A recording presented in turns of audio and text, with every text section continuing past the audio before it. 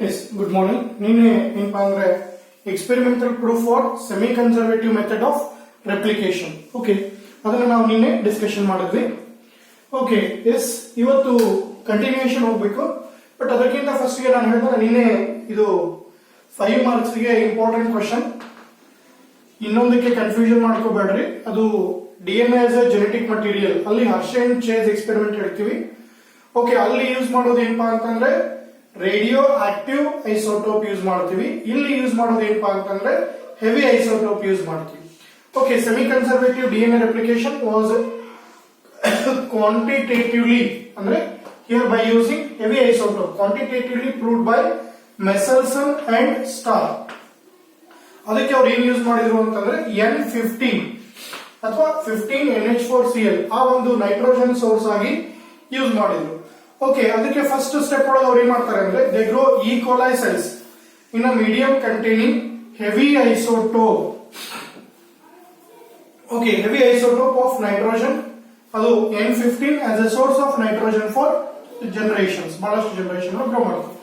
Okay, ಅವಾಗ ಅಲ್ಲಿ ಏನಾಗುತ್ತೆ ಅಂದ್ರೆ all normal nitrogen replace by N15. ಅವಾಗ ಎರಡೂ ಸ್ಟ್ರಾಂಡ್ಸ್ ಏನಪ್ಪಾ ಅಂದ್ರೆ N15 ಏನಪ್ಪಾ ಅಂದ್ರೆ ನೈಟ್ರೋಜನ್ ಸೋರ್ಸ್ ಹೆವಿ ಐಸೋಟೋಪ್ ಆಗಿ ಕನ್ವರ್ಟ್ ಆಗುತ್ತೆ. ಓಕೆ, ಅವಾಗ ಆ ಒಂದು DNA ಸ್ಯಾಂಪಲ್ಸ್ ಅನ್ನ ತಗೊಂಡು ಸೆಂಟ್ರಿಫಿಗೇಶನ್, ಇದು ಟೆಸ್ಟ್ ಟ್ಯೂಬ್, ಇದು ಕನ್ಫ್ಯೂಷನ್ ಮಾಡ್ಕೋಬೇಡ್ರಿ. ಸೆಂಟ್ರಿಫಿಗೇಶನ್. ಓಕೆ, ಸೊ ಸೆಂಟ್ರಿಫಿಗೇಶನ್ ಅಂದ್ರೆ ಬಹಳಷ್ಟು ಮಂದಿ ಮಕ್ಕಳಿಗೆ ಗೊತ್ತಿಲ್ಲ. ಏನಂದ್ರೆ ಅಲ್ಲಿ ಏನ್ ಮಾಡೋದು ಅಂತಂದ್ರೆ ರೊಟೇಷನ್.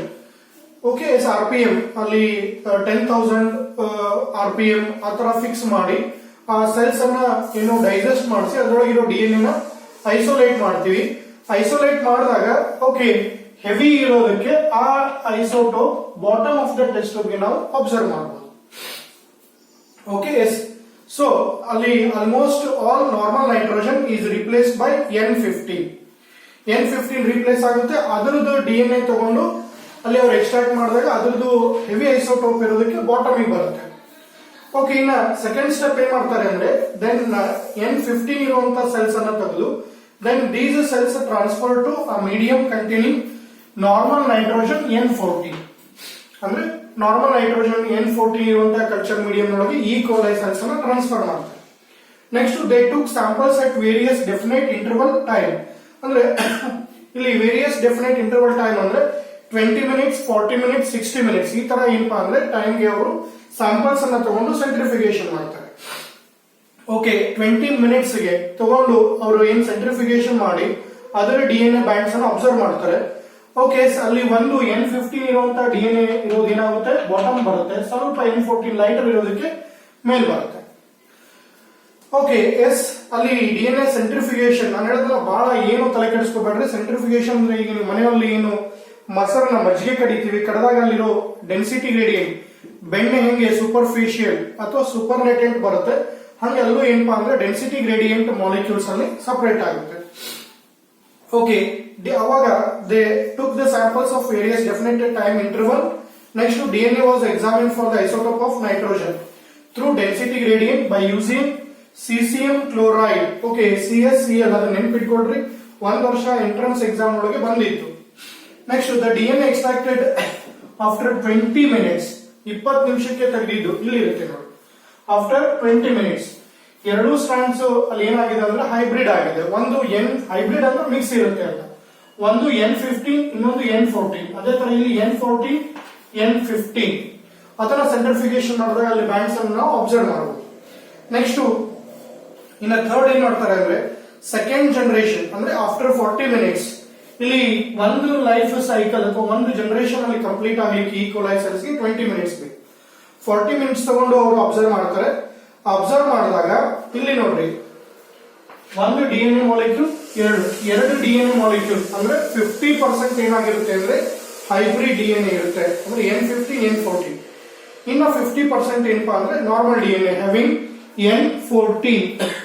ಓಕೆ, ಎಸ್, ಈ ಎಕ್ಸ್ಪೆರಿಮೆಂಟ್ಸ್ ಇಂದ ಅಲ್ಲಿ ಕ್ಲಿಯರ್ ಆಗಿ ಅಬ್ಸರ್ವ್ ಆಗುತ್ತೆ ಏನು DNA replication is semi conservative. Semi conservative ಅಂದ್ರೆ after replication one strand parental. ಈಗ N15 ಏನಿದು ಪೇರೆಂಟಲ್,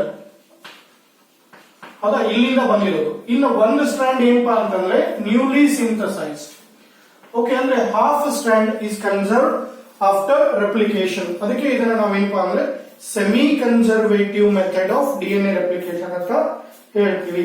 ಓಕೆ, ಮತ್ತೇನಾದ್ರು ಡೌಟ್ಸ್ ಇದ್ರೆ ಕೇಳ್ಕೋಬಹುದು by asking questions. Okay, in the next we are moving to the mechanism of replication. Very interesting. ಯಾವುದು? Mechanism of replication. ಈಗ replication ಅಂದ್ರೆ ನಿಮ್ಗೆ ಗೊತ್ತಿದೆ, existing DNA molecule is going to produce two daughter or sister exactly similar DNA molecule. That is called DNA replication. Okay.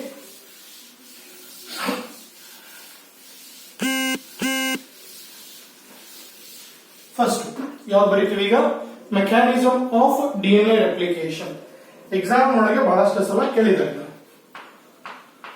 Okay, mechanism of DNA replication.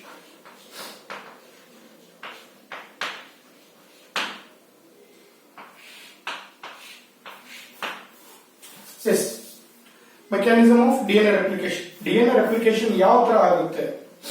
Okay, first ಗೆ ಹೇಳಬೇಕು ಅಂತಂದ್ರೆ ಇಲ್ಲಿ the process of replication that require number of requirements.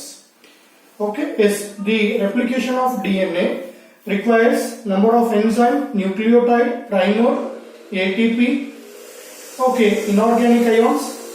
ಅದರ ಜೊತೆಗೆ yes, first the replication of DNA. Replication of DNA requires replication of DNA requires a number of enzymes,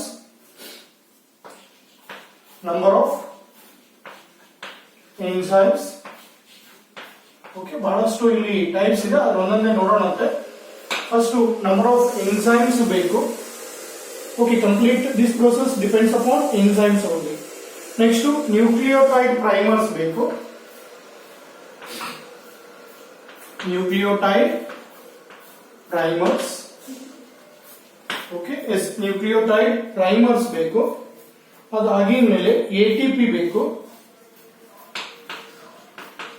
okay, plus ಅದರ ಜೊತೆಗೆ RNA primer ಅಂತ ಹೇಳ್ತೀವಿ. RNA primers ಬೇಕು. ಇದಲ್ಲದೆ ಅವಕ್ಕೆಲ್ಲವಕ್ಕೂ supportive medium create ಮಾಡೋ ಸಲುವಾಗಿ ಇನ್ಆರ್ಗ್ಯಾನಿಕ್ ಅಯಾನ್ಸ್ ಬೇಕು. Okay, yes, inorganic ions.